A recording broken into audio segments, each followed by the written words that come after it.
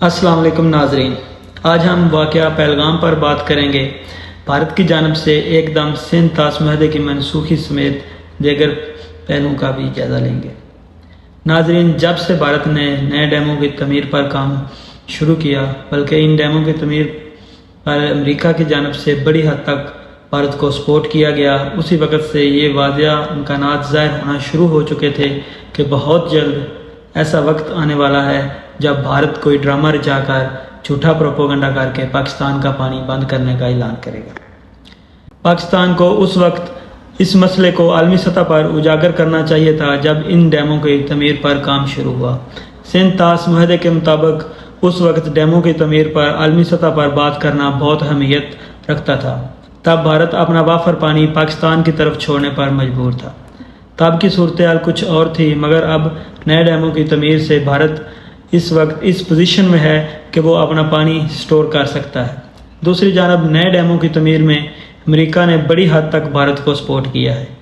اس مناسب سے یہ کہنا سوچنا کہ بھارت کسی عالمی دباؤ میں آ کر یہ پانی چھوڑ دے گا بالکل غلط ہے۔ بھارت نے پہلگام میں جو نیا ڈرامہ رچایا ہے وہ بھی عالمی حمایت حاصل کرنے کے لیے کیا گیا ہے۔ اگر پاک بھارت طریق کو دیکھا جائے تو اس سے قبل کئی واقعات پر پاکستان اور بھارت میں کشیدگیاں ہوتی رہی ہیں۔ بھارت نے ان تمام تر کشیدگیوں کے باوجود پاکستان کا پانی بند کرنے کی دھمکیاں ضرور دی، مگر پانی بند نہیں کر سکا۔ اس کی بنیادی وجہ یہ تھی کہ اگر بھارت پاکستان کا پانی مستقل بند کرتا ہے تو خود ڈوب جاتا ہے۔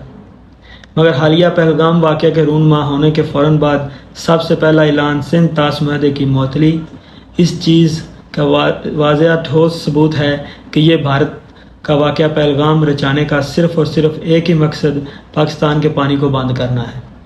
بہرحال پاکستان اس وقت سندھ طاس منصوبے کی بحالی کے ساتھ ساتھ پاکستان کے پانی کے لیے مستقل بنیادوں پر ٹھوس اقدامات کرنے کی اشد ضرورت ہے، کیونکہ وقت گزرنے کے ساتھ ساتھ یہ معاملہ سنگین ہوتا چلا جائے گا۔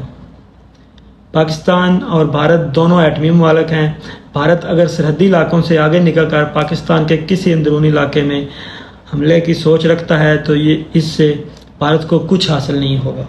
البتہ مقبوضہ جموں کشمیر کی بھارت سے آزادی ضرور دکھائی دے رہی ہے۔ بھارت مقبوضہ جموں کشمیر کی عوام پر سالوں سے ظلم و جبر اور ہر طرح کے غیر انسانی سلوک کرنے کے باوجود آزادی کے جذبے کو نہیں دبا سکا۔ بھارت نے ہمیشہ سے مقبوضہ جموں کشمیر کے حالات اپنے جھوٹے میڈیا پروپیگنڈا کے ذریعے دبائے ہیں۔ دور جدید میں کسی علاقے کے حالات کو دبانا چھپانا ممکن نہیں۔ کشمیری مسلمان اپنی آزادی کی